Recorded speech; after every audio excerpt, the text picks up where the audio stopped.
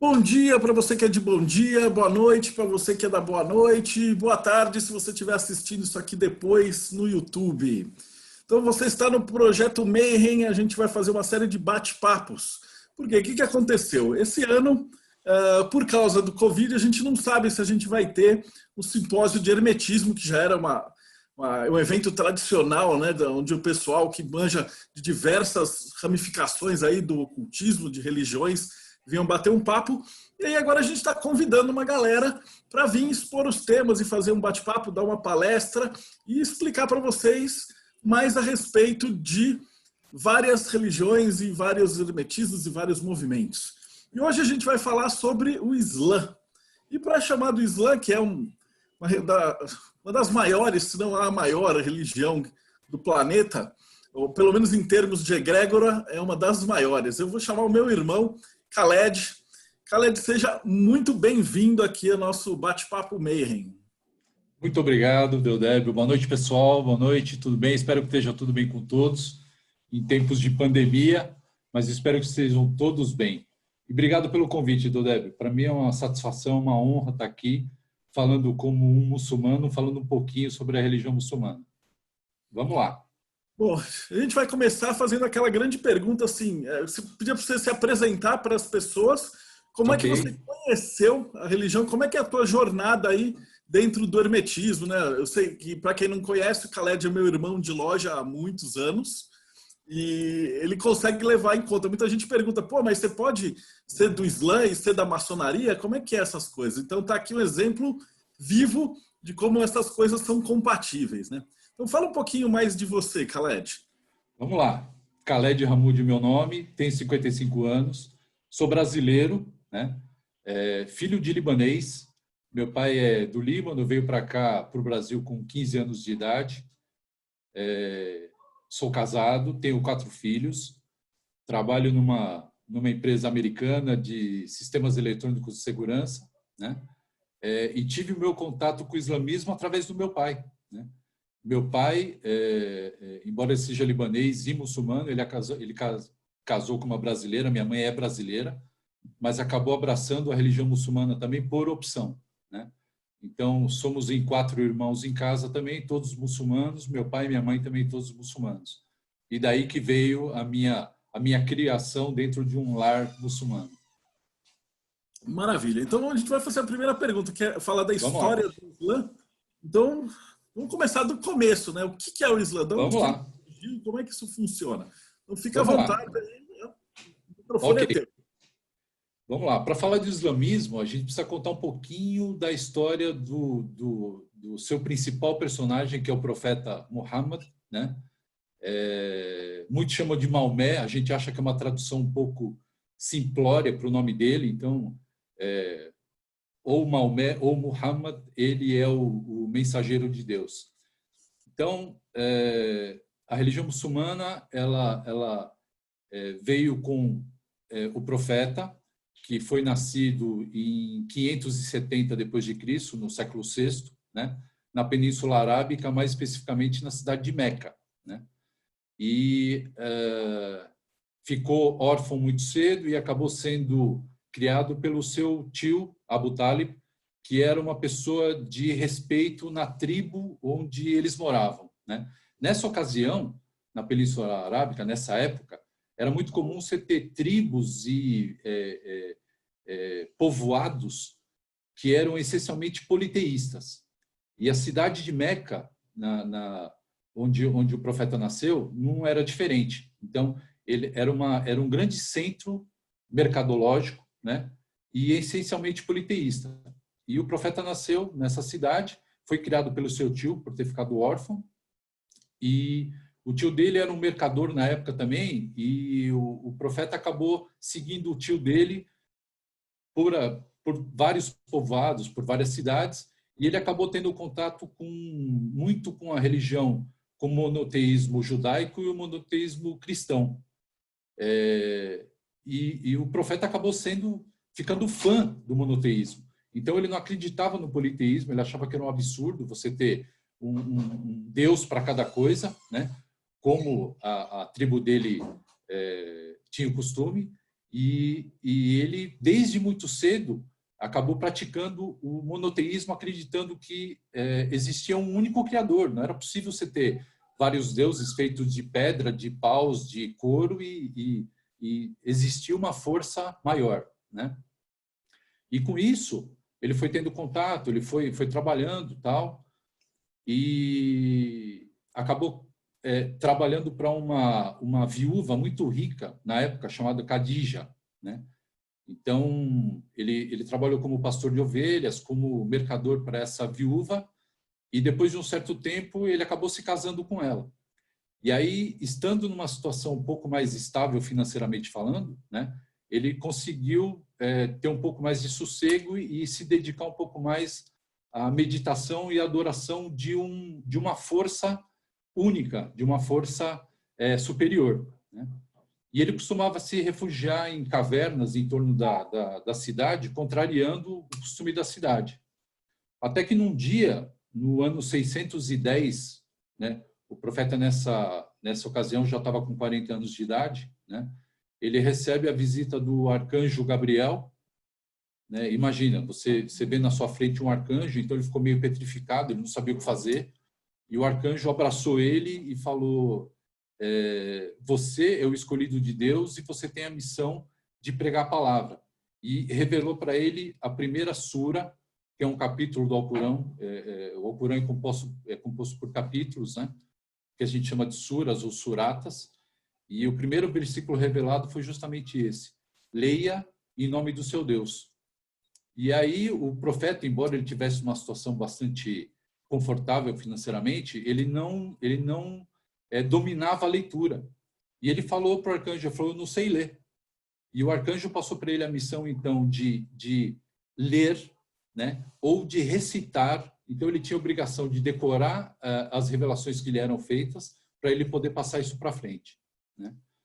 Então, esse é o marco, quando o profeta recebe a visita do arcanjo, né, com a primeira revelação do Alcorão. Aí ele fugiu, mesmo sendo um profeta, uma pessoa escolhida por Deus, né? É lógico que a visão de um anjo ou de um arcanjo deve apavorar. E ele saiu meio assustado, correndo, se refugiou na casa dele, contou isso para Khadija e para os parentes mais próximos.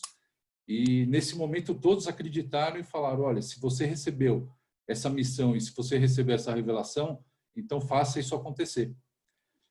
Nos primeiros anos, mais ou menos nos primeiros 3 anos após a revelação, Maomé acabou passando a mensagem para os mais próximos de forma velada, de forma secreta, porque ele tinha muito medo de alguma perseguição da tribo dos Quraysh, né, onde ele nasceu, justamente pelo fato de serem politeístas, e essa questão do politeísmo era muito interessante para esse povoado, para essa tribo na época, porque isso atraía mercadores da região inteira. Então, a pregação de uma doutrina diferente, obviamente, ia causar algum atrito lá entre os moradores lá da tribo, né? Então, nesse primeiro período, ele começou a fazer essa pregação de forma mais secreta, né? Até que, depois de um certo tempo, ele já começou a pregar isso de forma mais aberta. E isso, como se esperava, acabou atraindo a atenção do pessoal e ele começou a ser perseguido. E as perseguições acabaram sendo cada vez mais fortes, cada vez mais sérias. Então, no ano de 614, se não me engano, 614, ele já tinha uma quantidade razoável de seguidores, e ele aconselhou para que alguns desses seguidores se refugiassem fora da cidade de Meca, para que eles não fossem perseguidos, né?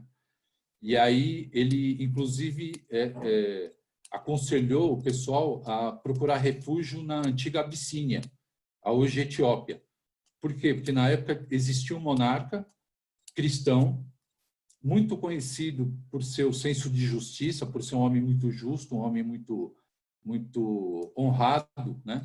E ele falou: busquem abrigo junto ao monarca da Abissínia e lá vocês vão ter refúgio. E assim que eles foram recebidos pelo monarca, os Quraysh já tinham mandado para lá uma notícia de que pessoas hostis iriam invadir a Abissínia. Então, eles foram capturados. Quando eles estavam para ser presos, o monarca falou, não, peraí, antes de prender, eu preciso ouvi-los e julgá-los, né? E aí perguntou para um deles, falou, de onde vocês vêm? Falou, a gente vem de Meca. E por que vocês estão vindo para cá? Porque o nosso mensageiro, o nosso profeta pediu para vir para cá e buscar refúgio junto de vocês. Aí ele falou, mas o que me levaria a dar refúgio a vocês? Ele falou, por causa da nossa fé e do seu senso de justiça. Ele falou, mas o que sua religião diz?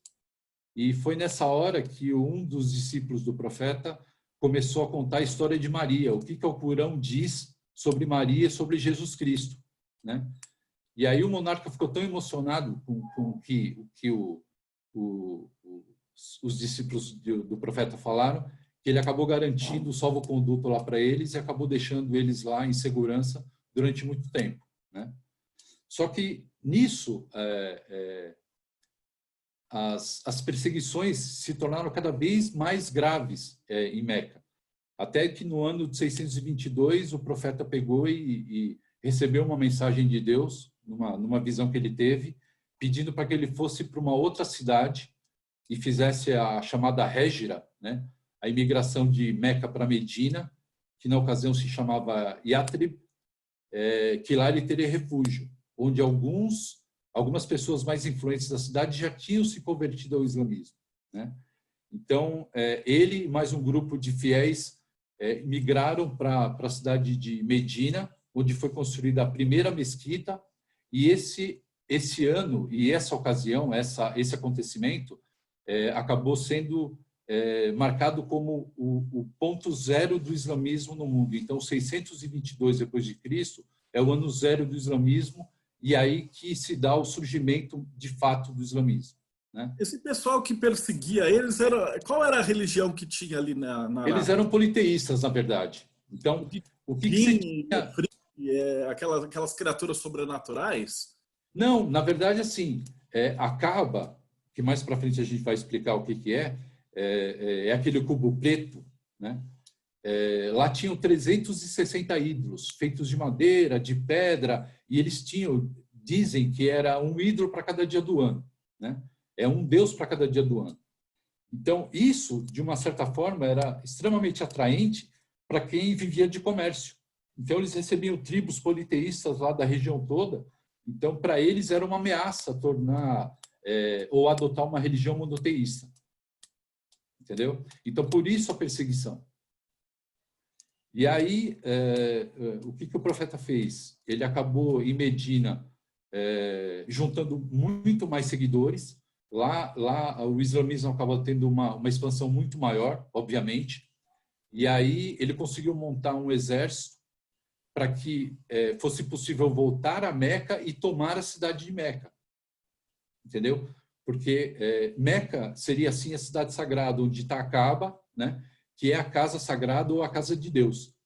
E aí depois ele volta, ele toma Meca, né? Aí ele destrói todos os ídolos, transforma a Kaaba como o lugar sagrado, o lugar santo do islamismo e o marco do islamismo. Então, por isso que hoje todo muçulmano ele reza em direção a Meca, porque Meca é o lugar mais sagrado do Islã. E é isso, Deodeb. Essa é uma rápida história do surgimento do islamismo. Então, como é que começou? Putz, eu vi que eles levam muito a sério, né? Lembro que no Egito, você no hotel, todo quarto de hotel eles tinham, você abria lá a gavetinha e tinha indicação de para onde ficava a Meca, né? Isso é verdade. Quer dizer, no início, as orações eram voltadas para Jerusalém, né? E depois, no final, acabou sendo Meca como a cidade sagrada. Jerusalém é também um dos pontos sagrados do islamismo, né? Então, você tem a cidade de Meca, a cidade de Medina, onde o profeta acabou falecendo, e a cidade de Jerusalém.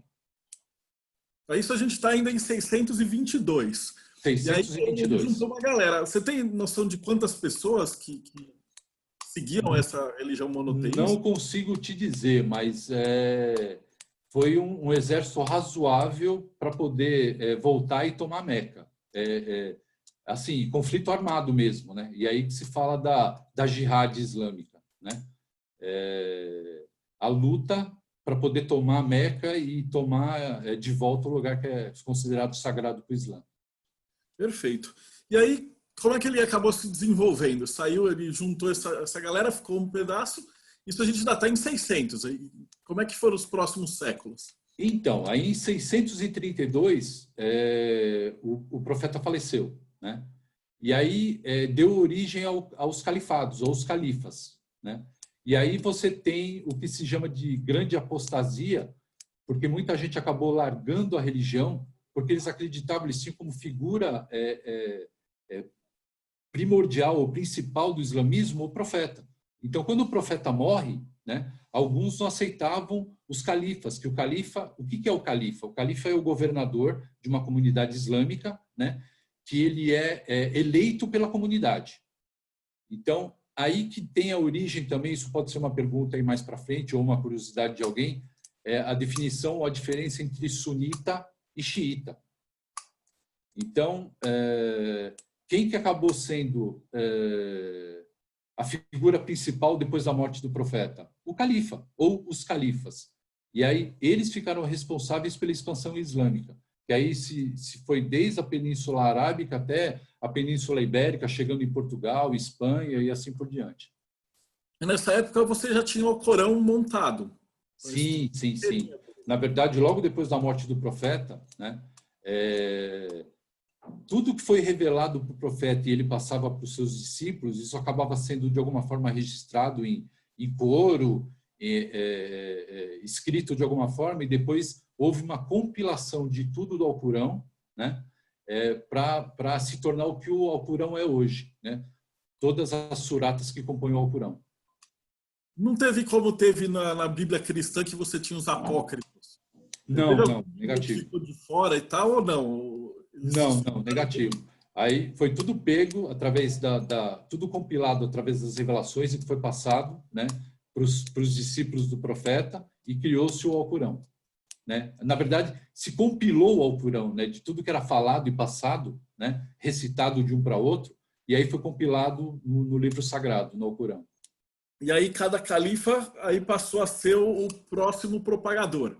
E Sim. aí ele multiplicou ali naquela região. Exatamente. Isso é mais ou menos século 7 para 8, né? Do final do século VII já. E aí a gente teve a expansão. Ele morreu em 632, então, a partir disso que começou a expansão islâmica pelos califas, né, pelos califados. E como que foi essa parte? Que aí, em algum momento eles vão arrumar treta com os cristãos. Então, na verdade, assim, o Alcorão falava, e Maomé falava, né, da jihad. Então, a jihad, e até eu acho que é importante tocar nesse assunto, porque o significado principal de jihad islâmica, jihad significa esforço, né, empenho.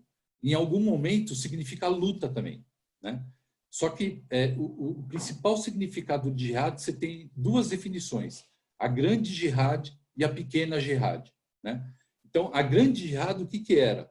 Era a luta com o seu ser interior, é a luta com o seu ego, para transformar você num ser melhor. Então, esse é o principal empenho, esse é o principal esforço, né?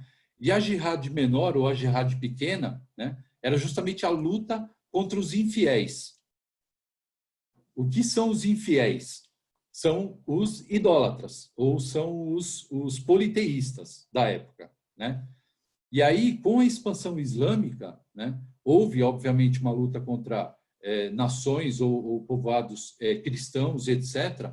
Mas, por exemplo, quando o islamismo chegou na Península Ibérica, na Espanha ou em Portugal, né, e houve uma grande influência islâmica, não houve uma imposição por troca de religião, ou seja, adote o islamismo ou você vai ser morto, como muitos falam.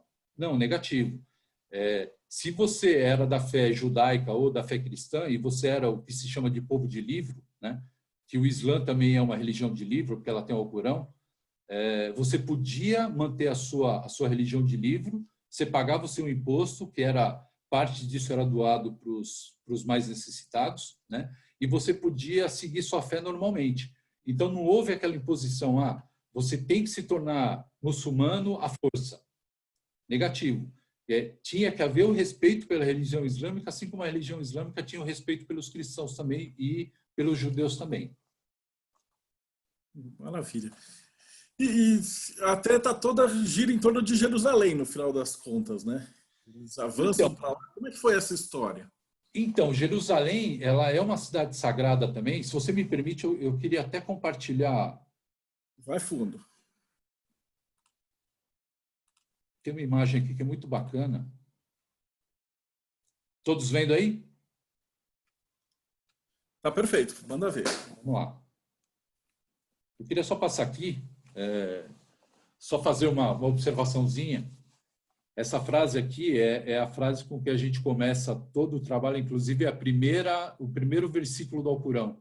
Em nome de Deus, Alá, o Clemente e o Misericordioso e o Misericordiador. Tá? E aqui é o primeiro pilar do islamismo, eu vou falar disso um pouquinho mais para frente, que não existe outra divindade senão Alá e Muhammad, o seu profeta, ou mensageiro. Começaram a escrever, o árabe, a escrita árabe, ela vem junto com a compilação do Alcorão. Vocês Sim, têm não, um na texto... verdade, o árabe é mais antigo, né?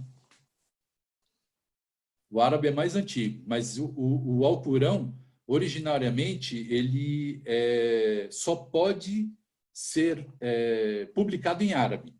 Então, hoje você tem versões para outras línguas que são comentadas. Então, é a interpretação do Alcorão, mas o Alcorão mesmo, ele só é escrito em árabe. É uma curiosidade interessante, porque o Crowley, quando ele faz a Telema, assim, no século XX Sim. já, ele exige que qualquer tradução do livro da lei seja feita com escrito e depois a tradução para o inglês. Né? Então é interessante saber que no Alcorão também você tem que colocar em árabe e depois uma tradução, né? Uma tradução... Não é exatamente ao pé da letra, né? Se você pegar dois tradutores brasileiros, às vezes o cara pode colocar um clemente, outro misericordioso, outro piedoso, perfeito. Pode dar uma treta. Esse versículo mesmo, então, é muito comum você ver por aí, em nome de Deus, o clemente e o misericordioso, né?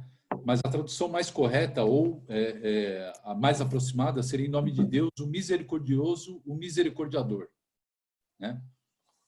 Então, vamos lá, deixa eu passar aqui para vocês darem uma olhada. Lugares sagrados do Islã.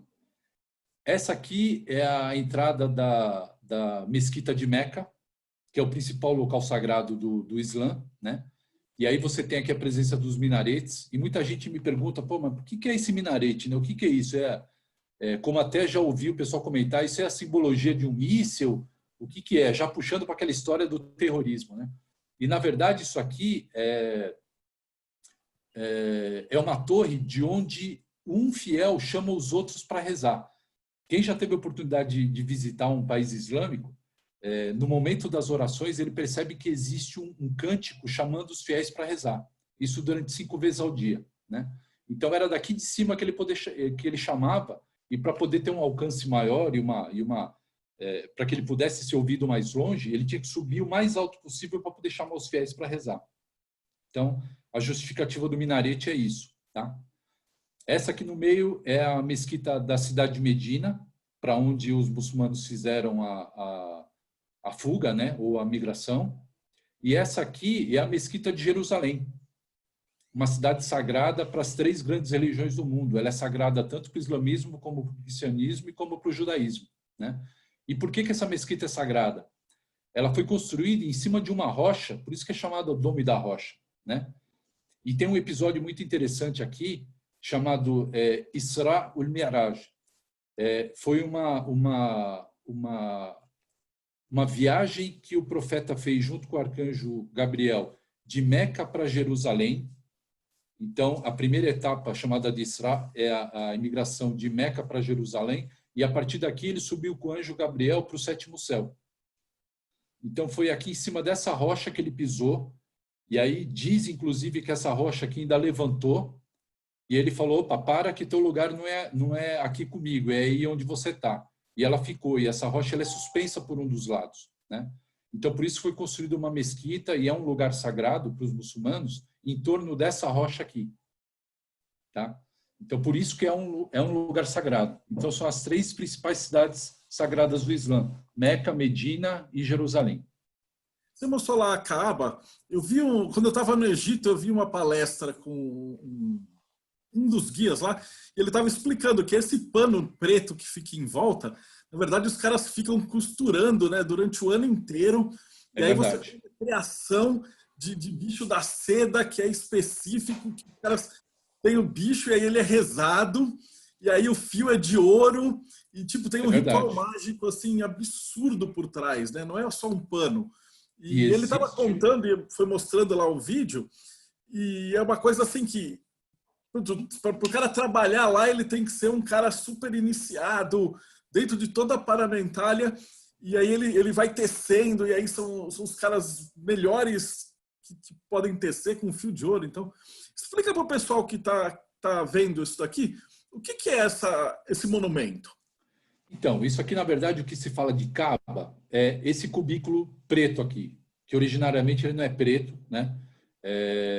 Ele é de granito, de mármore, só que, na verdade, ele já foi reconstruído várias vezes, né? E reza a tradição islâmica que essa casa aqui, esse ponto, foi construído desde a época do profeta Abraão, dele Ismael. Inclusive, existe um ponto aqui, não sei se vocês vão conseguir ver, um ponto dourado aqui. Esse é um ponto aqui dedicado a Abraão, tá? Então, a Kaaba é essa casa aqui, que ela tem 15 metros de altura, 10 de um dos lados e 12 do outro, né? E tem 5 metros aqui de altura. Então, era nessa casa aqui onde os coraixitas mantinham os 360 ídolos. E aí o profeta tomou isso aqui de volta, tirou, quebrou todos os ídolos e instituiu isso aqui como lugar sagrado, como um templo de oração, uma casa para oração de um único Deus, de uma doutrina monoteísta, né? Então ela foi reformada várias vezes, inclusive na época do profeta. Acho que ela sofreu a primeira reforma dela foi justamente no ano da morte do profeta. E depois, por ela estar construída num vale, ela sofreu muitos acidentes, inclusive em função de inundações, porque tem muita tempestade lá, embora seja no deserto, mas tem tempestade. Então ela foi destruída várias vezes e reconstruída, né? E o profeta, logo depois que ela foi reformada, ele cobriu primeiramente ela com um pano verde. E por isso que muita gente pergunta, pô, mas o islamismo tem o verde como cor? É verdade, porque a Kaaba ela foi primeiramente coberta por um manto verde e depois acabou ficando com esse manto preto. E isso que você falou é verdade. Esse manto aqui, ele é todo feito em seda, tá? E os escritos aqui, ele tem uma série de escritos aqui feitos em fios de ouro. E é de ouro mesmo, era um negócio muito É de ouro, sério. sim. E isso aqui é uma tradição, existe uma família, e essa tradição vem desde aquela época. Essa mesma família, isso é passado de geração para geração, eles que são os responsáveis por tecer esse manto aqui que cobre a Kaaba até hoje. Então, essa tradição existe sim. Então, essa é a Kaaba, né? Isso em volta aqui é a mesquita, esse aqui é o portal de entrada, né? E isso aqui que vocês estão vendo, na verdade, faz parte do ritual chamado de Hajj, que é uma das obrigações do muçulmano, né? Que é uma vez na vida fazer uma peregrinação para Meca, tá? Antes disso, gente, só para passar rapidinho aqui pelos 5 pilares sagrados do Islã, só para não quebrar o raciocínio, tá? Então, o primeiro pilar é reconhecer a Deus Allah como o único criador e Muhammad como seu profeta, rezar 5 vezes ao dia em direção a Meca.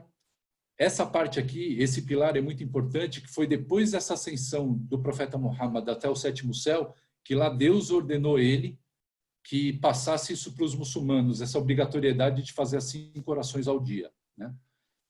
Jejuar no mês do Ramadã, no mês sagrado do Ramadã, dar esmola aos pobres ou contribuir com os mais necessitados e, ao menos uma vez na vida, peregrinar para a Meca. Então, isso aqui faz parte parte dos princípios do islamismo. Então, todo muçulmano, obviamente, tendo condição para isso, né, ele tem que viajar uma vez na vida a Meca para fazer todo esse ritual aí da peregrinação, ou Hajj. Ok? Uma coisa que muita gente fala também, a Kaaba é a pedra negra. Não, na verdade, a pedra negra é essa pedra que fica aqui, ó, incrustada numa moldura de prata. Então, uma coisa é a Kaaba, tá? Que é a casa que foi preservada e é o lugar mais sagrado do islamismo.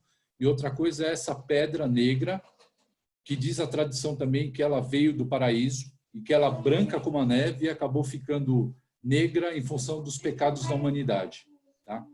Um dos rituais dentro da peregrinação é justamente você dar 7 voltas aqui em volta da Kaaba e, se possível, é claro que não é muito fácil, né? Porque no ano passado foram contabilizadas 2,5 milhões de pessoas, 2,5 milhões de pessoas aqui na peregrinação, mas se você puder chegar próximo aqui à pedra e fazer uma oração para você se purificar e deixar ali os seus pecados. Então, isso é a Kaaba e isso é a Pedra Negra.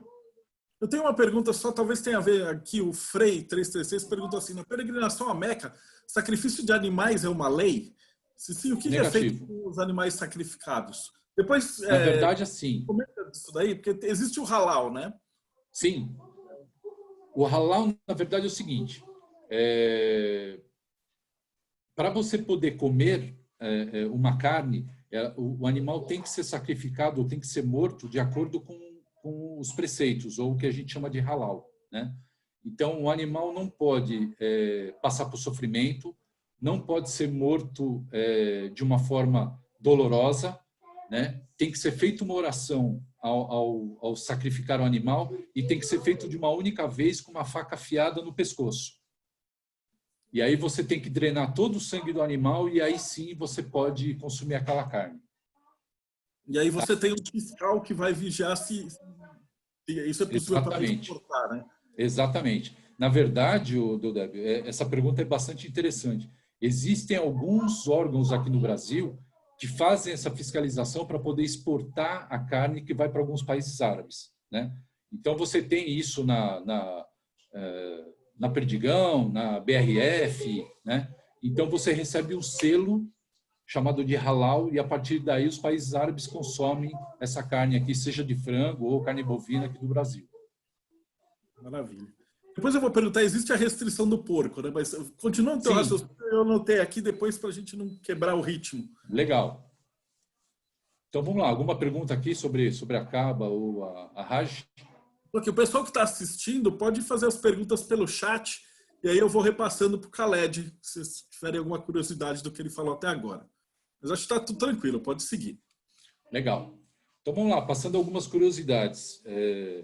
Quando eu fiz essa apresentação, que nem comentei com você, né, eu já tinha feito uma outra apresentação abordando de forma muito mais minuciosa a vida de Maomé, né?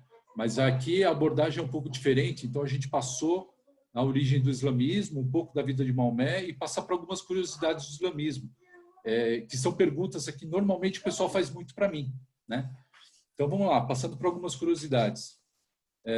Os países com maior população islâmica se encontram, apesar do islamismo ter nascido na Península Arábica, né? Por incrível que pareça, os países com maior população islâmica hoje no mundo não estão no Oriente Médio. Então, você tem exemplo, por exemplo, da Indonésia, que tem 170 milhões de habitantes, né? Aliás, de muçulmanos. Você tem o Paquistão com 136 milhões e Bangladesh com 105 milhões, né? E na Índia com 103, tá? E aí, os lugares aqui considerados sagrados do islamismo, eu já falei, se alguém tiver alguma pergunta ou quiser saber mais alguma coisa sobre isso, né? Eu falei já a diferença entre sunita e xiita, né? Aliás, eu falei ou não? Não falou ainda. Só comecei a falar, então vamos lá. Isso é uma dúvida que ele morreu, na hora que Maomé falece, aí sim, ele prepara, eu falei da apostasia, exatamente. Então, nessa época, muitos deixaram de seguir o profeta por causa da morte dele, né? E muitos não acreditam que um califa eleito pela comunidade muçulmana pode fazer o papel de um governante da comunidade muçulmana. Os que aceitaram, que são chamados os sunitas, e por que do termo sunita? Sunita vem de sunna, que além do Alcorão como escrita sagrada, eles adotam também a Sunna, que são o relato dos feitos do profeta ou os ditos que o profeta deixou, né? E eles acreditam que os califas são os representantes pós-Maomé, né? Já os xiitas não, com a morte do profeta, eles achavam que o único que poderia substituir o profeta seria um parente, né? Ou um descendente direto do profeta. E eles seguiram o Ali, que era sobrinho do profeta, né? E eles não acreditam na Sunna. Então, eles aceitam única e exclusivamente o Alcorão como a palavra, né? E eles só acreditam nos descendentes diretos do profeta. Então, hoje você tem o sunita, que é a maioria absoluta dentro do islamismo, é cerca de 90%, né? E você tem os xiitas, que são muito mais presentes em países como o Irã, por exemplo. E o profeta deixou descendentes? Tipo, hoje existem pessoas que são descendentes diretos de linhagem dele? Existem. Só que assim, ele não deixou filhos, ele só teve filhas, né? E o descendente direto que acabou liderando, foi um dos califas, inclusive, foi o Ali, que foi sobrinho dele, né? Então, os xiitas acabaram seguindo o Ali, e a partir disso houve uma grande divisão. Então, você tem sunitas de um lado e xiitas do outro, né? Embora o pessoal fale que xiita seria o braço mais radical do islamismo, isso não é verdade. Não é que eles sejam radicais, é que eles têm uma limitação com relação à Sunna, por exemplo, né? Então, eles acham que a Sharia é só o Alcorão e ponto, né?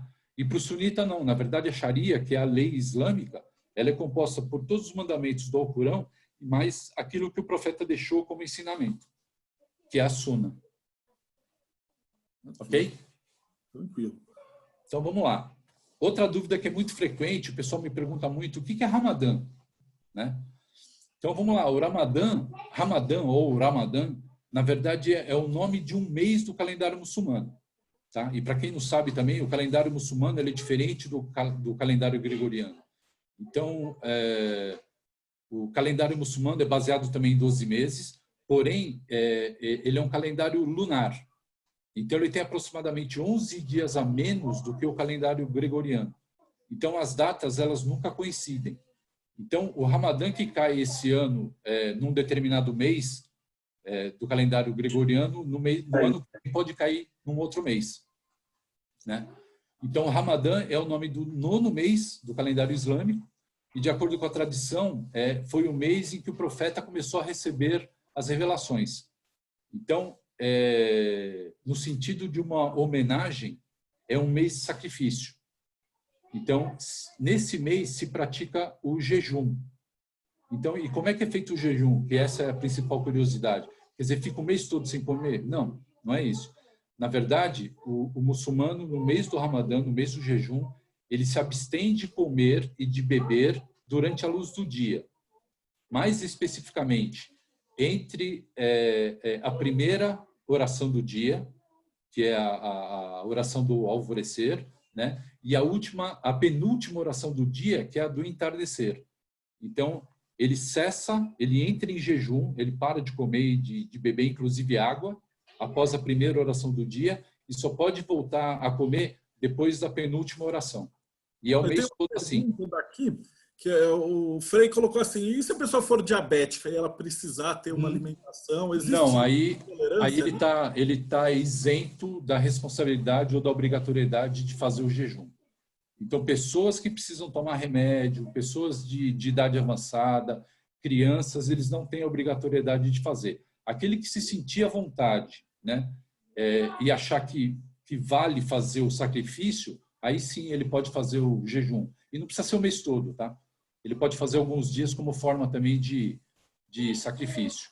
E, na verdade, não é só você se abster de comer e de beber, mas se voltar mais para Deus e brigar um pouco, aquela briga interna, de novo, é a grande jihad, né? É você praticar mais a benemerência e você polir sua pedra, você melhorar como ser humano. Então, esse é o sentido do sacrifício. Uma pergunta aí, gente? O Ramadã não, eu estou com algumas mais, mas vai passando para frente que aí beleza. Eu te passo. Vamos lá. O que é o Hajj? Como eu falei, né? Então, logo depois você tem o mês do Ramadã, que é um mês sagrado, né, para o Islã. Então, é um mês onde você faz o mês todo, são 29 dias de jejum, né? E logo no primeiro dia do mês seguinte é o dia do desjejum. Então, esse é um feriado para a religião muçulmana. Esse é um feriado islâmico, né? Onde aí é dia de comer à vontade, é dia de você alimentar os mais pobres, você abrir sua casa com fartura e receber os amigos, tanto que a gente se visita nesse dia. Então, existe uma oração, que é na alvorada, é a primeira oração do dia, a gente vai para a mesquita, faz a oração, e após isso a gente visita os parentes tal, e troca doce, troca cumprimentos, etc. Né? E logo depois disso, 2 meses depois, vem o último mês do calendário muçulmano, que é chamado de Dhul Hijjah, né? Que é justamente o mês de se fazer o Hajj. Né? Esse ano está meio prejudicado, logo está chegando aí o mês da Hajj. Esse ano está meio prejudicado em função da pandemia. Como eu falei para vocês, né, o ano passado foram 2,5 milhões de pessoas, esse ano vai ser limitado aos habitantes de Meca só. Né? Mas normalmente é o mês onde você faz a peregrinação a Meca e faz todo o ritual, que é dar 7 voltas em volta da Kaaba, visitar uma fonte lá chamada Zamzam, você ir para um pilar que representa o demônio e apedrejar ele por 7 vezes. Então, tem toda uma ritualística como se fosse o caminho de Santiago de Compostela, ou seja, você tem todo um caminho para fazer. Né? Então, você inicia por se despojar de todo o seu material, tirar suas roupas e se vestir unicamente com um manto branco, né? Fazer todo esse ritual de dar 7 voltas em volta da Kaaba. Você vai fazer os outros rituais, volta novamente, dá 7 voltas e a partir daí você tá liberado, se cumpriu com a sua obrigação de peregrinar para Meca. Ok? Ok. E a outra curiosidade que o pessoal fala muito, né? E hoje é motivo, inclusive, do maior preconceito que você tem contra o islamismo, é a tal da jihad, né? A jihad islâmica. Como eu falei, o significado de jihad é esforço, né? Ou empenho, mas muita gente interpreta isso como sendo guerra e pega a jihad pequena e transforma aquilo numa forma de violência. Né? É aí que você tem origem à Al-Qaeda, ao Estado Islâmico e assim por diante. Mas, na verdade, a jihad nada mais é do que a luta que você tem que travar consigo mesmo para você crescer como ser humano. Então, você lutar contra vícios, lutar contra o seu próprio ego e se voltar mais para o lado de Deus. Afinal de contas, Islã significa, além de significar paz ou a casa da paz, significa também submeter à vontade de Deus. Ok. As perguntas que eu tenho, não sei se vão para agora, mas que é aqueles pontos mais polêmicos, né? Que eles perguntam assim, sobre as mulheres, que a posição, elas são mesmo consideradas inferiores, conforme você vê aí na Bíblia, e os homossexuais. Então, como é que isso funciona no Islã? Como que é considerada... São 2 pontos diferentes. Então, vamos falar primeiro das mulheres. Sim, com relação às mulheres. Existe em alguns países algum radicalismo onde a mulher tem que usar burca e tal. Na verdade, o que o Islã prega é uma proteção da mulher. Isso é um outro ponto que é meio distorcido. Quer dizer, o pessoal acha que a mulher é tratada com inferioridade. Não é isso. A mulher ela deve ser protegida e ela deve se preservar, casada, para o seu marido. Então, por isso que ela se cobre e ela usa aquele hijab, né? aquele lenço na cabeça. Aquilo é como forma dela se preservar. Né? E o islamismo trata a mulher com muito respeito. Não é à toa que você tem dentro do Alcorão uma sura dedicada só para Maria, né? E Maria é considerada uma divindade e é uma das suras mais bonitas dentro do Alcorão. Então não é verdade que a mulher é tratada com inferioridade, né? Isso não existe. Ela é tratada com proteção. O pessoal fala, então, o cara anda na frente da mulher, a mulher não pode andar na frente dele, tem que andar toda coberta. É o contrário, o cara anda na frente para proteger ela. Você entendeu? Então, e não tem esse negócio de que a mulher apanha, a mulher é maltratada, negativo. Isso não existe. E com relação ao homossexual, não, eu acho que assim, é um ponto bastante polêmico. Homem é homem, mulher é mulher. Quer dizer, hoje existe uma aceitação, porém não é uma coisa normal. Né? Não é uma coisa tratada com muita normalidade dentro do islamismo. Né? Acredito que até em outras religiões também.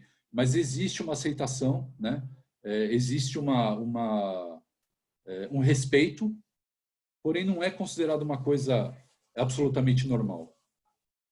Uma pergunta você acabou de falar de Maria, né? Que ela é chamada pelo nome. Sim. Né? Existe uma sura no Alcorão chamada Maryam, que é Maria em árabe. Né? Inclusive foi a passagem que foi recitada na Abissínia, quando os apóstolos estavam em fuga, né? Falando do diálogo que o arcanjo Gabriel teve com Maria para dizer para ela que ela ia dar luz ao Messias, né? Porque Jesus também é tratado no Alcorão com extremo respeito, né? Jesus é considerado um profeta também dentro do islamismo, né? Não um filho de Deus ou não como um Deus, mas com todo o respeito, como se ele fosse um mensageiro, da mesma forma como Muhammad é. Tá? E foi essa passagem que foi tratada naquele dia, onde o arcanjo comunica para Maria que ela daria luz ao Messias, ao mensageiro de Deus, e ela fala, mas como é que eu posso dar luz se eu não conheço o homem? E o arcanjo fala, não duvide da palavra e do poder de Deus. Né? E existe uma sura completa só falando de Maria. É muito bonita, inclusive. Como que o islamismo vê esse conhecimento sendo praticado por algum não islâmico? O Marcelo Camargo ele perguntou se alguém que não é do Islã, ele pode fazer o sacrifício do Ramadã, se ele quiser, sem dúvida, mesmo sem dúvida. ser convertido? E pode viajar para Meca também? Ou lá pode, sem dúvida. O problema é assim, a entrada dentro de Meca, ela tem algumas restrições. Então, você precisa de autorização lá do pessoal que cuida de Meca, mas você pode entrar. Ela é aberta à visitação, a menos no período da Hajj, né? Que aí é exclusivamente fechado para peregrinação. Mas é um lugar aberto e pode sim, com a devida autorização, pode ser visitado sim, sem problema nenhum. E a outra pergunta que você fez, qual que era? O Frei acha assim, você acha que os opostos vão se encontrar algum dia? Vai ter uma paz com Israel como uma realidade? Como é que o muçulmano mais tradicional vê isso? É que é uma coisa engraçada, porque geralmente quando o pessoal é a mesma pergunta que quando o pessoal me fala assim, o que a maçonaria acha, né? Tipo, a maçonaria não acha nada, você tem maçons que acham, né? É verdade. O que o Islã acha? Como é que funciona essa questão? Você que já morou em outros lugares, já conheceu esse pessoal de perto, assim, na convivência, como que é essa visão que eles têm de Israel? Vamos lá, vou te dar uma opinião pessoal. Tá? Eu acho que todas as guerras elas têm, logicamente, um fundo político. Né? O islamismo é uma religião aparentada do judaísmo, como é aparentada do cristianismo. Né? Aliás, disse que o muçulmano que não acredita e não respeita Jesus Cristo, ele não é muçulmano. Né? E assim, a Torá também ela é citada várias vezes no Alcorão. Então, existe um respeito muito grande pelo judaísmo, como existe pelo cristianismo. Né? A questão das brigas e das guerras que existem lá em Israel, na faixa de Gaza, tal, elas têm um fundo político e, na verdade, se existe alguma questão religiosa, é criada por grupos fundamentalistas, como o caso da Al-Qaeda, do Hezbollah ou do Estado Islâmico. Né? Aqui no Brasil, para você ter uma ideia, eu tenho grandes amigos judeus e a gente está muito bem aqui. Na nossa loja mesmo, né? Para quem não sabe, o Caleb é um irmão de loja e a gente tem judeus e muçulmanos e católicos e macumbeiros e espíritas na mesma loja.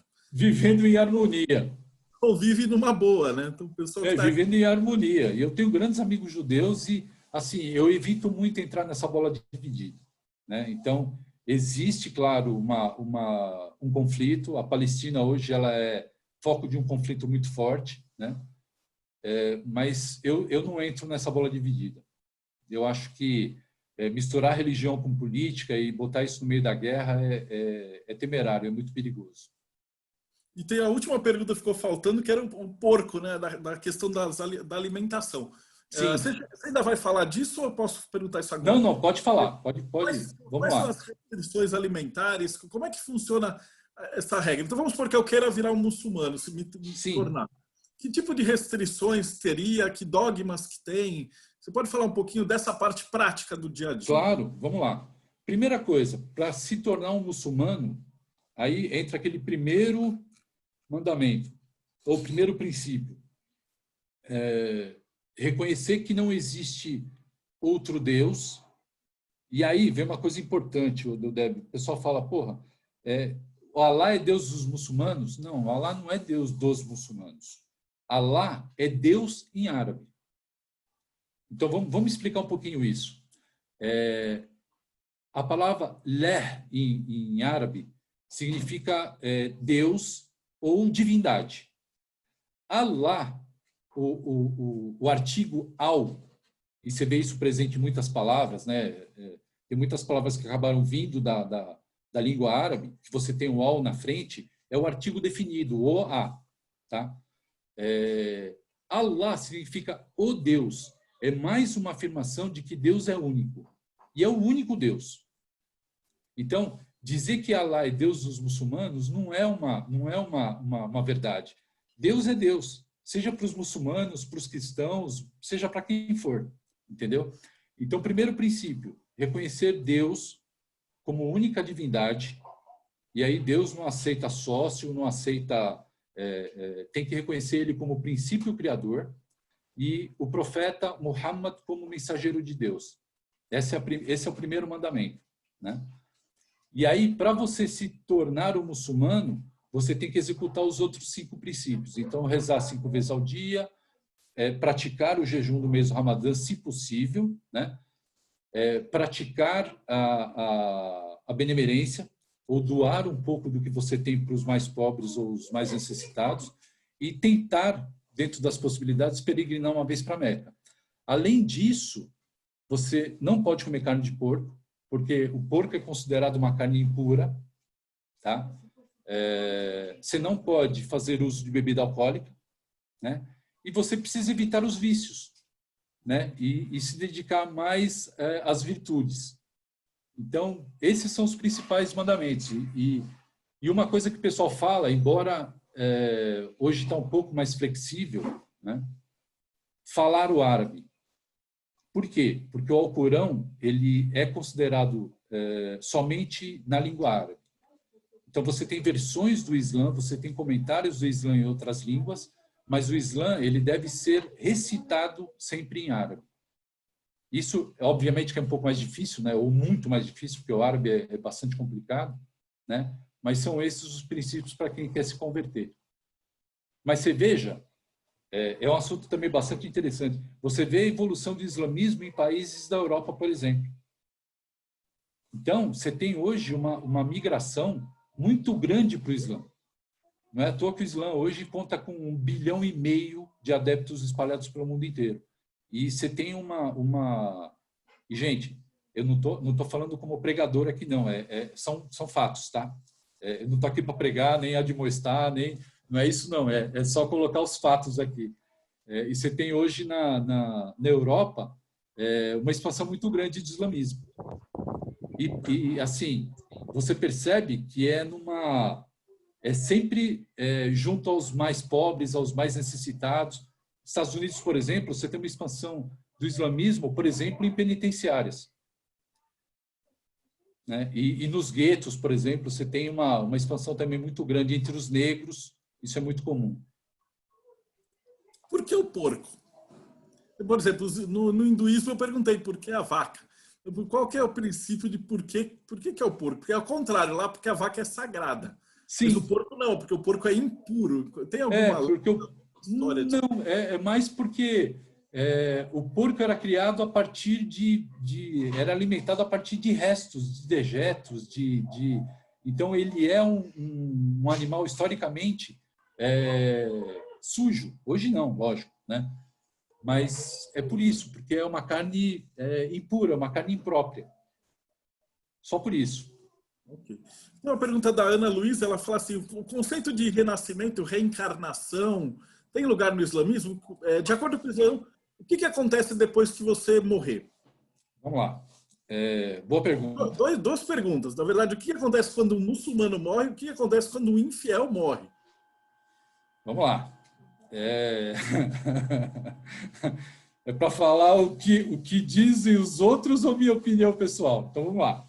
Pode colocar as duas. Coloca o que está escrito, a tua interpretação. Vamos lá. Isso é uma coisa legal também. A questão da interpretação. Uma coisa que você entende hoje é diferente do que você pode entender para a mesma palavra amanhã. Mais tarde a gente fala sobre isso. O Islã diz o seguinte, que aquele negócio, você vai arder numa árvore de inferno, a religião fala isso, né? Que se você não se dedicar a Deus, e você não acreditar em Deus, e você for um pecador, você vai arder numa árvore de inferno, né? Agora, se você for uma pessoa de conduta reta, você acreditar em Deus e fizer aquilo que a religião manda, você tem direito ao paraíso. Tá? Então, a partir do momento que você morre, você tem toda a sua jornada aqui na Terra. No fim da sua jornada aqui, você se arrepende dos seus atos e você vai para o paraíso e vive o resto dos tempos no paraíso. Tá? Ou então você vai arder no mármore do inferno. É isso que diz. Ele Tá? tem alguma descrição do paraíso e descrição do inferno? Não. Não. Basta você reconhecer Deus e você acreditar e se arrepender dos seus pecados e você vai para o paraíso. Quer dizer, existem tem muitas linhas aí. Dizem, por exemplo, que na hora da sua morte você vai ser julgado por 2 anjos, você vai ver no seu caixão 2 anjos chegando, um com os seus bons atos e o outro com os seus atos ruins, e ali vai ser feita uma prestação de conta do que você fez, e ali vai ser pesado, né? Se você merece ir para o céu, ou para o paraíso, ou se você vai para o inferno, né? E quanto à reencarnação, não existe a reencarnação. Você nasce, você passa por essa vida aqui, que na minha opinião, muito sincera, isso aqui a tua purificação, o teu desenvolvimento, tá? Para você chegar num ponto onde você mereça ir para o paraíso, por exemplo, tá? Então aqui é o sofrimento. Eu acredito muito mais que o inferno está aqui. Eu acho que viver do jeito que a gente vive hoje, com tanta tentação, com tanta coisa errada, com tanto motivo para te desviar do caminho, te tirar do caminho do Criador, de Deus, eu acho que isso aqui é uma provação muito grande, né? E passar por isso é um castigo. Não que viver seja ruim, não é isso não, tá? Você manter a sua vida dentro de uma postura correta é complicado. Até você chegar no fim da sua vida e falar, pô, eu cumpri minha missão, então daqui, seja o que Deus quiser, eu tô disposto aqui para a vontade de Deus. Aqui, viver é complicado. Eu estou com uma pergunta do Peterson, ele fala assim, existe alguma profecia ou alguma coisa da volta do Messias no Islã, igual tem no cristianismo? Existe. Como é que isso funciona? Inclusive, o Muhammad falou isso, né? Que vai existir ainda um anticristo, ele vai vir para poder arregimentar as pessoas como se ele fosse um Messias. Então, ele vai tentar trazer as pessoas para o lado de Deus, mas é ao contrário, né? E aí Jesus Cristo volta para combater o anticristo aqui na Terra. Então, do jeito que Jesus Cristo é chamado algumas vezes no Islã como o Messias, né?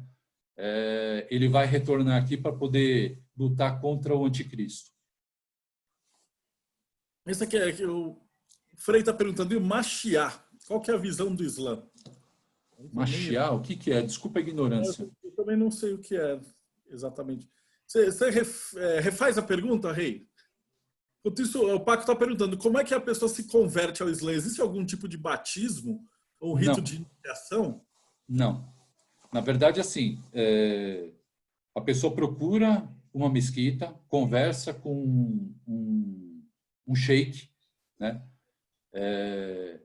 Ele vai explicar exatamente o que é o islamismo, como é que funciona, o que a pessoa tem que fazer. E a partir do momento que ele aceita Deus como único e aceita Muhammad como seu profeta, ele está convertido ao Islã. Então, não tem... Mas, a partir dali, ele precisa levar a sério aqueles pilares, né? E ele pode, inclusive, sair do Islã e falar assim, isso aqui não é para mim, eu vou parar. Uma vez que ele Pode, tem muitos casos, inclusive tem familiar meu que achou que o caminho é outro, né? E assim, o pessoal fala que o islamismo é uma imposição. Eu falo por nós. Eu fui criado dentro de um lar, né, muçulmano, meu pai é muçulmano, a minha mãe abraçou o islamismo, embora seja brasileira, minha mãe é uma fervorosa muçulmana, né? Mas a gente sempre teve liberdade dentro de casa. Então, essa liberdade existe. Se você achar que esse não é o seu caminho, não tem importância nenhuma, né? Você simplesmente vai e abraça uma outra doutrina, uma outra fé. Eu tenho uma outra pergunta também. O Reis fala, na religião islâmica existe uma vertente hermética mística, né? A gente vai falar um pouquinho agora do Sim, sufismo, né? do sufismo. Vamos lá. Na verdade, assim, existem algumas divisões dentro do islamismo, que nem eu falei sobre os sunitas e os xiitas, né? E existem também algumas vertentes dentro do islamismo mais místicas, é o caso do sufismo. Então, o sufismo, ela é uma vertente mística dentro do islamismo que busca também o aperfeiçoamento do ser, né? Ela é dividida em caminhos, são chamados de tarikas, né? E o que eu podia dizer a mais aqui? Eles têm uma certa liberdade, porque o Léo entrevistou o Mário, eu vou fazer um bate-papo com ele, e ele é da Kimbanda e do Candomblé e Sim, muçulmano. Então ele falou que existe, tem pessoal radical e tal, mas tem o pessoal que é muçulmano e é estudioso também, né? Eles vão para esses caminhos. sim, sim. E o sufismo, na verdade, ele é uma ordem mística dentro do islamismo que busca aperfeiçoamento do ser e, assim, chegar no íntimo da palavra. O que eu falei para vocês agora há pouco, que uma coisa que eu entendo hoje pode ser diferente do que eu entendo amanhã, porque está muito ligado ao degrau que você está pisando. Então, à medida que você vai evoluindo, que você vai brigando com o seu ego, que você vai deixando certos vícios de lado, uma coisa que você interpretava de uma forma hoje pode ser diferente amanhã. E o sufismo, na realidade, é isso. É você buscar não só o aperfeiçoamento do ser, mas buscar também a verdade por trás da palavra. E uma aproximação, obviamente, com Deus, né? E você crer que todos nós somos parte ou nós temos uma centelha divina. Então, quando você fala Assalamu alaikum, que é o cumprimento, né, que a paz esteja com você, na verdade a centelha divina que habita em mim cumprimenta a centelha que habita em você. E, na verdade, você é meu irmão, porque nós temos essa partição de luz dentro de nós, né? E o sufismo, ele é dividido em tarikas, né, que são trilhas onde você busca a meditação, que através dessa meditação você busca a aproximação com Deus, né?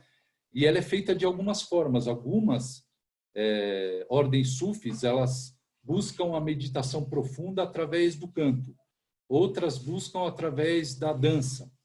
Não sei se vocês viram, mas, por exemplo, aqueles derviches, que eles se vestem com uma roupa e ficam rodando, rodando, rodando, numa velocidade incrível, aquilo é uma busca de uma meditação profunda. E derviche, em árabe, vem de derwish, que quer dizer justamente aquele que roda, né? Então, você tem ordens místicas que buscam essa meditação e essa aproximação com Deus pela dança, por esse rodopio, por canto e assim por diante. E cada ordem tem um mestre sufi, chamado de sheikh, né? E é ele que dá as orientações aí e vai dando os caminhos para a busca desse aperfeiçoamento do ser. De maneira geral, sufismo é isso. A do Denis aqui, a respeito de ter lido, tem que ter lido o Corão inteiro como um pré-requisito? Tem um fundo de verdade ou não seria estritamente necessário? Não, não é estritamente necessário. Eu vou falar a verdade, eu não conheço o Corão inteiro, né?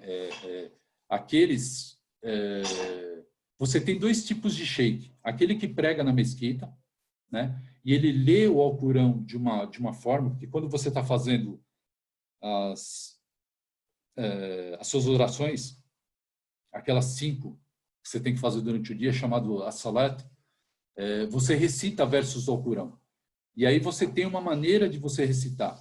Agora, tem outros que estudam o Alcorão de forma profunda, de qual é a entonação do Alcorão. Quem já escutou sabe, é muito bonito você escutar um sheikh que recita o Alcorão da forma que ele tem que ser cantado. É hipnótico, né? É uma coisa linda. Eu tive a muito oportunidade bonito no Egito e você entra meio num transe, né? É muito bonito. É muito bonito. E são anos de estudo para aquilo. Quer dizer, para a pessoa chegar a decorar o Alcorão, naquele ponto e saber exatamente como tem que ser recitado, tem universidades para isso. Então, respondendo à pergunta, não é um pré-requisito saber o Alcorão inteiro, não. Okay. A Ana Luísa pediu para você falar um pouquinho mais das 5 orações do dia. Qual que é a relação? Por que são 5? Que horas que é cada uma? Fala um pouquinho mais sobre esse processo todo. Isso foi ordenado a partir da ascensão do profeta ao 7º céu para falar com Deus. Essa foi uma ordem e Maomé passou isso como um dos pilares do islamismo. Então, você tem 5 orações diárias. A primeira acontece ao alvorecer, então por volta, assim que o sol está nascendo, por volta de 5 e pouco. A segunda ao meio-dia. A terceira por volta de umas 3 e pouco da tarde. A penúltima ao cair do sol. Então, quando o sol está se pondo, antes do último raio de sol se pôr, essa é a penúltima. E a última oração por volta de umas 9 horas da noite. Tá? Então, essas são as 5. Como é que é feita a oração? Você fica em pé recitando os versículos do Alcorão e aí você faz aquelas genuflexões, onde você abaixa e encosta a cabeça no chão. Tá? Cada oração do dia tem um número, uma quantidade de genuflexões que são feitas. Então, você tem uma quantidade na oração do alvorecer, você tem uma quantidade na oração do meio-dia, outra quantidade das 3, outra às 5 horas da tarde e outra às 9. E para poder fazer essa oração, você tem um outro ritual que é chamado de al-wudu em árabe, que é você se lavar. Então, você precisa lavar as mãos, os braços, o nariz, o rosto, né? Para que você se purifique para poder estar apto a fazer essas orações. Porque nesse momento que você está fazendo a oração, você está se voltando para Deus.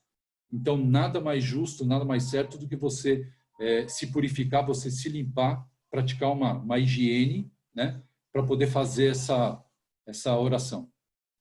E eles levam muito a sério, cara. Eu lembro que quando eu estava lá no Egito, eles têm, ao longo das estradas, você tem umas casinhas, assim, que não chega a ser uma mesquita, mas é como se fosse um cercadinho com policial, sim, com os espacinhos para você rezar. E a gente estava no deserto, no meio dos camelos, a galera parava tudo, descia tudo, aí tinha aquele tempo, a galera rezava, tal, daí voltava para os camelos, e aí subia e continuava andando, né? Então eles param... Você deve ter visto isso no Egito. Tem gente que fecha a lojinha, né? Aí ele vai para lá, pratica a oração dele, volta e reabre. Né? Eles paravam. Não, a gente estava no meio do nada, assim, cara, atravessando para ir pro oásis e tipo só tinha duna e deserto e tal. E a galera parava tudo, dava para mesmo. Ponto. Isso eles têm como eles fazem isso o tempo inteiro, você tinha umas casinhas, já umas estruturas ali, né? Mas o cara parava e interrompia tudo que estava fazendo só para fazer a reza. É um negócio muito verdade. Tanto que eles E, têm inclusive, os caras têm umas marcas na cabeça aqui, né? De tanto tem alguns que tem.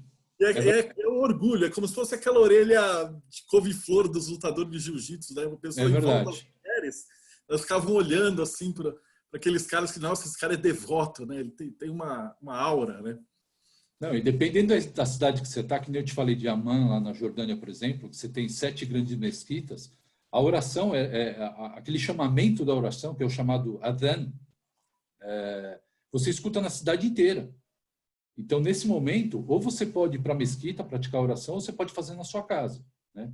Evidentemente, num lugar reservado, colocando aquele tapetinho. Tem alguns tapetes que tem até uma bússolazinha, onde ele indica já a posição de Meca para você colocar voltado para Meca e praticar suas orações. É Falando do lógico ponto que aqui... Oi? Pode falar, desculpa. Falando do ponto de vista de egrégora, tem gente rezando isso o dia inteiro, todo dia, toda Sim, hora. sim. O A pessoal gente diz comentou antes também de que falar, explica para o pessoal aquilo que você me falou antes da gente gravar. o Adhan disse que esse chamamento, né, para oração, ele não cessa, ele fica 24 horas. Porque à medida que você vai passando, né, o sol vai passando na superfície da Terra, você vai tendo outros lugares onde o Adhan está terminando aqui, está começando aqui e assim por diante. Então, ele fica praticamente 24 horas por dia chamando os fiéis para rezar. Isso, Sempre é nascer do sol em algum lugar do planeta e sempre tem um sim, muçulmano rezando. Então, pensa, justamente. a galera que Justamente. tá acostumada com o hermetismo, na força dessa egrégora, né? A galera fez um ritual junto agora de Sabá e sentiu a energia que flui disso daí. Então, dá para vocês terem uma ideia de como que é essa energia dessa oração, né? É muito forte. É lógico que aqui é difícil se cumprir as 5 orações, né? Porque a vida da gente é uma loucura, né? Então, quando possível, beleza. Quando não for possível, aí não tem o que fazer. Às vezes você está numa reunião, você está num... Aí é permitido que você pratique a oração até o horário da próxima. Vamos dizer, você não cometeu um pênalti, se você deixar de fazer a oração agora, mas até o horário da próxima você cumprir essa oração que você não fez, sua tarefa está cumprida. Outra pergunta do Peterson. O sufismo ele nasceu dentro do Islã ou ele já existia e se adaptou ao Islã? Boa pergunta. Boa pergunta. Na verdade, assim, hoje é muito comum, quando você procura sobre o sufismo, você encontrar definições que o sufismo é uma ordem, é uma confraria ou é uma vertente do islamismo, né? Se você parar para pensar e você considerar que o sufismo é uma busca pelo aperfeiçoamento do ser, o sufismo é muito mais antigo que o islamismo. Então, mas aí ele tomou uma forma e se tornou efetivamente uma doutrina com o islamismo. Mas se você for a fundo no princípio, se você se aprofundar na definição e nos costumes, ele é bem anterior a isso. Eu tenho uma outra pergunta que você mais ou menos já respondeu, né? Que é a diferença política. Existem rixas religiosas entre as diferentes vertentes do Islã? Então tem guerra entre sunita, xiita? Até tem. De novo, vamos lá. Se você deixar a política entrar no meio, sempre vai ter briga, sempre vai ter rixa, né? É o caso do Hezbollah lá no sul do Líbano, por exemplo, ou outro conflito qualquer em outro país onde você tenha a presença de sunita, de druso, de xiita. Por exemplo, vamos falar do Saddam Hussein. O Saddam Hussein promoveu o extermínio de minorias muçulmanas lá no Iraque, né? É uma rixa religiosa? Não, foi de fundo político. É porque ele achou que ele tinha que exterminar lá uma minoria muçulmana. Mas não existe. A rixa dentro do islamismo entre essas vertentes ou esses braços não existe, a não ser que exista um fundo político para isso. Agora outras perguntas. A questão da barba, quer dizer que todo muçulmano Depende do país também ou tem alguma coisa? Não, é mais costume, né? É mais costume. Normalmente os sheiks, né? Além daquele chapéu que eles usam, eles cultivam barba, né? Mas não é um pré-req, não é uma obrigação. Mas eles gostam. Eu Bigode, lembro que a Beatriz ficava brava, porque a gente usava o véu, né? Como é que chama? Não era o turbante, tem um nome que eu sim. nunca lembro, para entrar no deserto. Porque aquilo ali, na verdade, não é um adorno, era útil pra cacete. Porque você É. tava com calor, você jogava água aqui, e aí as muçulmanas olhavam assim e falavam, essa barba, você deve ser uma pessoa muito, muito honesta, muito aí falando assim, putz, e tinha Porque, uma não sei pegada se do você cara já que usava. ouviu, vamos partir para o outro lado agora. Não sei se quem brinca muito, né, com a língua árabe fala que aprende a xingar, que fala Harabi Shueba, né, que tá xingando o seu bigode, né? Isso aqui é um sinal de como é que eu vou dizer? É um status, vai, mas não é uma obrigatoriedade. Então, se você quiser ofender um árabe, não necessariamente um muçulmano, mas se você quiser ofender um árabe, é você falar do bigode e da barba dele. Mas não é uma obrigatoriedade, não, tá? Uma outra pergunta aqui, é verdade que as mulheres elas não têm permissão de entrar na mesquita? Elas entram separado? Como que é a parte da reza com as mulheres? Elas entram, mas tem um espaço separado para elas. Existe um espaço separado, normalmente com banheiro, normalmente com um fraldário. Para quê? Para que elas fiquem mais à vontade com as crianças, né? Mas no momento da oração na mesquita, elas fazem separado. E tinha uma Elas deixam oração, né, de separado para elas. sexta-feira à tarde, não era? Que, Não eu entendi, lembro desculpa. tem um dia que é específico de homem, né? Que eu lembro Na que sexta-feira. na sexta-feira, e aí chegava uma hora na cidade, a cidade só tinha mulher. E aí todos os caras iam para a mesquita, né? E aí o shopping ficava só com as mães e os filhos, né, as crianças. Como para algumas religiões o domingo é sagrado e você tem a missa de domingo, no caso do cristianismo, por exemplo, para o muçulmano é sexta-feira, especificamente na oração do meio-dia. Então, tem até um nome diferente, é chamado Salat Jum'ah, que é a oração da sexta-feira. Então, nesse dia, você se reúne na mesquita, você vai lá e faz a oração dentro da mesquita. Mas é sexta, não é domingo, tá? Sexta-feira. Então, sexta-feira é ou sábado para os judeus, domingo para os cristãos. Exatamente. Então, todo mundo fica feliz, ninguém briga. Lógico. Sem briga nenhuma, por favor. Eu acho que é isso. Você chegou a falar todos os tópicos ou a gente voltou? Porque a gente começou a Falei. fazer perguntas. Tá tudo Eu ok? falei que nem Alguém eu te falei. tem alguma dúvida? Pode escrever aqui no chat, a gente vai perguntando para o Khaled. Falei porque, como eu te falei, isso aqui foi uma abordagem um pouco diferente, a gente acabou pegando isso aqui para abordar hoje, né? Então, foi mais assim, com aspectos mais tocando curiosidade sobre o islamismo, coisa que as pessoas gostam de saber, ou normalmente as perguntas que eles fazem mais. Uma outra pergunta. Tem Alguma algum pergunta? significado as cores dos turbantes? Que a gente costuma ver os sheiks, eles têm, às vezes, xadrez preto e branco, tem uns outros que é um xadrez vermelho. Não, normalmente eles usam aquele chapeuzinho vermelho que é enrolado com um pano branco, né? Isso é a vestimenta de um sheik, de um padre, vamos chamar assim, né? Mas normalmente assim, é vermelho com o tecido branco. E aquela vestimenta cinza, que parece uma bata? Então, aquilo é muito normal nos países árabes você usar, é chamado deixe, né? Você se coloca um manto branco, né? Você vê que em alguns países árabes, você pega Dubai, por exemplo, né? É muito normal você andar na rua com aquilo, né? E o sheik, eles acabam usando um daquele, só que de uma cor um pouco mais escura e de um tecido um pouco mais grosso. É como se fosse o nosso terno, vai? Mas também não é uma obrigatoriedade, né? Mas é como se fosse aquele mesmo manto branco, só que num tecido um pouco mais formal, como se fosse um terno, vai, uma roupa mais formal. Tem algum motivo, o Peterson está perguntando, por que o Islã utiliza o calendário lunar e não o solar?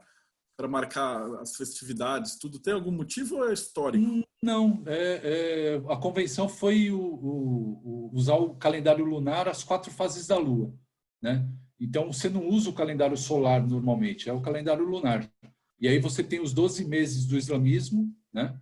São 12 meses também, que compõem um ano, mas baseados no calendário lunar e não no solar. Mas não tem um motivo para isso específico também, não. E uma outra pergunta boa do Quaresma, assim. Os muçulmanos acreditam em influência dos espíritos na nossa vida? Como é que funciona esse mundo espiritual dentro do Islã? Existem fantasmas, maldições, umas coisas nesse sentido? Existe, de uma certa forma, sim. Não da mesma forma como alma penada. O que existe muito no islamismo é a visão dos gênios, que são chamados jinn, né? Que são os seres de fogo, que são almas ruins, mas isso não significa que é alguém que morreu, que está vindo aqui para me atazanar a vida. Não, não é isso. São gênios, que são seres de fogo, que fazem parte de um não é da humanidade, são parte dos seres ruins, vamos dizer assim. Mas essa questão de espírito, de alma penada, não. Não tem, né? Também não, não. Pô, Khaled, a gente está chegando aqui no final do tempo. Existe então um culto de ancestral? Eu lembro que no Cairo tem um cemitério lá que a galera ele constrói, mas eu não sei se isso é cultura do Egito ou se é cultura do Islã. Como que funciona esse culto ao ancestral? Seu avô, bisavô, existe aí? Não, culto não, porque assim, essa questão de cultuar outra coisa diferente de Deus é muito complicado. Então, assim, existe um respeito muito grande. Então, a palavra sheik, na verdade, que a gente atribui para quem prega numa mesquita e tudo mais, ela significa um senhor. E isso é um sinal de muito respeito. Então, existe muito respeito pelas pessoas mais velhas, né? E um respeito muito maior ainda por quem é Hajj. O que é Hajj? Hajj é o cara que fez a peregrinação para Meca. Então, acredita-se que ele volta de lá com seus pecados perdoados. Não sei se vocês viram, é muito comum a gente ver pessoas mais velhas aí com aquele chapeuzinho branco, como se fosse um quipá, mas ele é um chapeuzinho um pouquinho maior, branco, né? Aquilo significa que aquela pessoa cumpriu o ritual de peregrinação, ele livrou dos seus pecados e voltou puro. Então, ele tem a obrigação de se manter puro e de não infringir leis e não pecar daqui para frente. Então, ele é uma pessoa assim, digna de um respeito muito grande. Então, isso existe. Mas, assim, cultuar ancestrais, tal, assim, não, isso também não existe, não. E a galera leva muito isso a sério, cara. Eu lembro que lá é uma das coisas que eu mais apurrinhei os guias, era desse comportamento. Eu falei assim, poxa, mas o cara não pode fingir que foi para Meca e voltar e contar uma história, um yada yada? Não, e o cara me olhou nossa assim senhora. como se eu tivesse falado um absurdo. Para ele era inconcebível que alguém poderia mentir sobre isso, assim, né? Não, Tanto porque que se assim, você de mentiroso ou de ladrão lá, os caras ficam putos assim de chamar a polícia. É um negócio muito a honra, né? Era uma coisa muito séria lá. Não, isso é muito forte. E principalmente essa questão do cara inventar que fez a peregrinação, pelo fato de ser um dos pilares do islamismo, nossa, não há a menor possibilidade do cara brincar com isso. Né? Não existe essa possibilidade. Quer dizer, para o cara, é uma honra muito grande o cara fazer esse ritual, né? De ir para lá, fazer toda a peregrinação e tal, e voltar para cá e ser chamado de Hajj, ser considerado um cara que cumpriu com a sua obrigação e que foi para se purificar.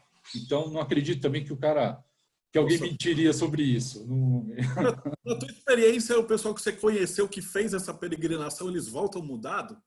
Voltam bastante, né?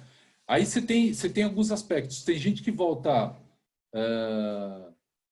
muito mais rígido na questão dos costumes, né?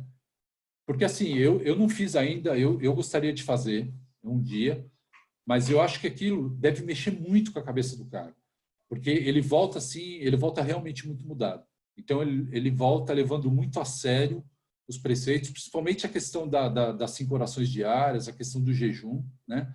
E ele volta convicto de que, primeiro, satisfeito por ter cumprido uma das obrigações, segundo, se arrependeu de verdade, tá?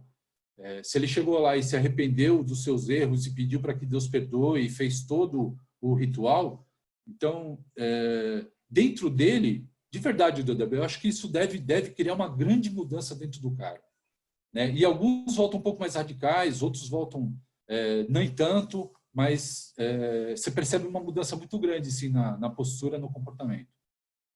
Bastante grande. Eu ia fazer um último comentário, que lembra que a gente falou que em Hagia Sofia, né, você tem os sábios que vão lendo o Alcorão, né? Sim. E isso está sendo desde que eles tomaram Constantinopla.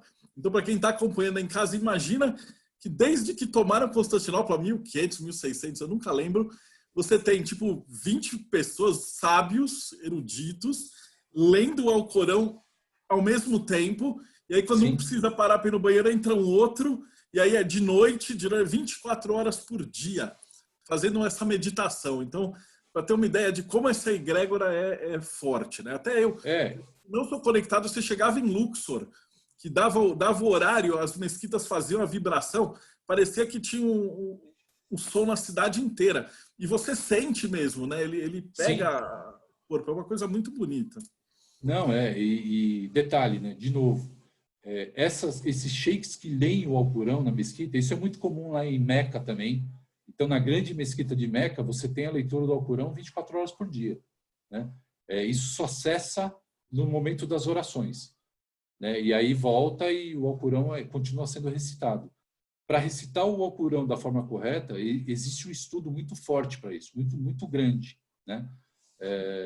E é muito bonito. Quem tiver oportunidade, no YouTube tem bastante material. Se você colocar a recitação do Alcorão no YouTube, você vai ver, inclusive, que tem sheiks que foram famosos. O Abdul Basit, por exemplo, ele era dono de uma voz muito bonita, ele recitava o Alcorão de forma linda. Ele recebeu assim ofertas milionárias para cantar música, para gravar disco, para cantar música normal, e ele recusou. Mas ele era dono de uma voz assim sensacional. Quem tiver oportunidade, só a título de curiosidade mesmo, vocês não vão se arrepender. É uma coisa que deixa a gente meio hipnotizado mesmo. Isso é muito legal. No Oriente Médio, você pode escolher a leitura do Alcorão no avião. Um voo que você faz, por exemplo, Cairo para a Europa, e você escolhe, inclusive, o sheik que vai ler. Existem alguns muito famosos, que eram donos assim, de vozes muito bonitas e que recitavam o Alcorão de forma muito bonita. E hoje tem um material vastíssimo na internet, né? Você consegue no YouTube lá, todos eles lá, e consegue... Inclusive, tem alguns canais do YouTube que você consegue o Alcorão com a tradução embaixo. Então, você consegue ir acompanhando e ele traduzido. Então, é bacana. Para efeito de curiosidade, se alguém tiver curiosidade, aí é legal. Tem bastante material aí. Tranquilo. E antes da gente acabar aqui, comentário você deixaria para o cara que acompanhou a gente até agora aí no YouTube, o cara está curioso e tal, então deixa um pensamento, Não, assim, antes de mais nada, eu queria te agradecer, né, Deodébio, porque é uma honra, sabe que eu te respeito demais, eu acho que você é uma sumidade, cara, e assim, eu agradeço muito a oportunidade de falar um pouquinho aqui sobre o islamismo, embora eu não seja um expert, um estudioso demais no assunto, mas eu vim dar o meu testemunho aqui como um muçulmano, né, que já sofreu alguns preconceitos. Deixa eu contar uma passagenzinha. Temos tempo ainda? Tem. Pode ficar à vontade. Deixa eu só contar uma passagenzinha. Logo depois do ataque da Torre Gêmeas, eu já prestava serviço nessa área de segurança eletrônica e eu acabei indo para fazer o projeto Sivan na Amazônia. Eu não sei se vocês sabem, mas foi um projeto lá desenvolvido lá com 43 pontos lá que eram para fazer o monitoramento do tráfego aéreo da Amazônia. Então, você tinha posições com radar e tal. E aí, eu tinha que visitar bases aéreas. E eu estava devidamente identificado, registrado dentro do CIVAM, dentro da aeronáutica, e eu fui barrado em várias bases aéreas lá por causa do meu nome. Isso aconteceu, assim, tipo, uns 6 meses depois do ataque da Torre Gêmeas, né, do 11 de setembro. Eu chegava para visitar uma base aérea e os caras não deixavam entrar. Então, existe um preconceito muito grande contra o islamismo. Não vou dizer que não tenha fundamento. Infelizmente, esses grupos aí como a Al-Qaeda, o Boko Haram, o Estado Islâmico, eles acabam deturpando e distorcendo, né? Então, é muito importante para mim ter uma oportunidade, uma janela como essa aqui, para dizer, gente, não é isso, cara. A religião o Islã é uma religião de paz, né? O Alcorão é muito bonito. Não existe essa questão do terrorismo, não tem essa questão, o cara vai ter que matar, tem que virar homem-bomba para explodir, para poder ganhar as portas do paraíso, tem não sei quantas virgens lá em torno dele. Gente, isso é bobagem, isso é política, né? Não existe isso, graças a Deus, e eu agradeço muito, obrigado aí pela presença de vocês aí, obrigado pela oportunidade, Dodé, de poder explicar um pouquinho sobre o islamismo e poder divulgar um pouquinho. Cara. Muito obrigado mesmo. Eu que agradeço. Depois eu vou pegar... O Camargo colocou Abdul Basit, é esse mesmo. Se você está falando do Alcorão, esse é um dos sheiks que, na minha opinião, tem a voz mais bonita. Eu vou pegar os links depois e a gente coloca, porque quando você vai para o YouTube, aí dá para o pessoal que ficou com mais curiosidade, para eles procurarem por lá. Legal. E aí, eu te mandei a apresentação também, tem algumas sugestões que eu coloquei lá de biografia, né, de material de consulta, biografia do profeta. Aí, se você quiser botar no link, tem inclusive um vídeo do Karnal falando sobre a religião islâmica, eu achei muito bonito o vídeo dele. E para quem se interessar, tem um filme que foi gravado, um longa-metragem, foi gravado em 2 versões, uma em árabe e uma em inglês, onde o tio do profeta foi encenado pelo Anthony Quinn. É muito bonito também, chama Ar-Risala, ou A Mensagem, se vocês procurarem no YouTube também tem. A Mensagem, a versão com Anthony Quinn. A história do profeta é muito bonito também, para efeito de curiosidade. Gente, muito obrigado. Marcelo, obrigado, cara. Obrigado mesmo. Eu que agradeço. E Me desculpem se eu não respondi tudo como deveria, né? Mas se tiverem mais alguma dúvida aí, por favor, manda aí para o Marcelo, a gente vai respondendo. E muito obrigado pela oportunidade e pela atenção. Obrigadão. E para você que está assistindo, o pessoal pediu para deixa o seu joinha, deixa o seu like, que parece que quanto mais pessoas inscritas no canal, aí a gente consegue liberar uns links, tem umas coisas do YouTube que eu não sou muito bom, mas vocês sabem já todo o procedimento aí. Eu te passo então, muito obrigado por você estar com a gente até agora e até o próximo Bate-Papo Mayhem.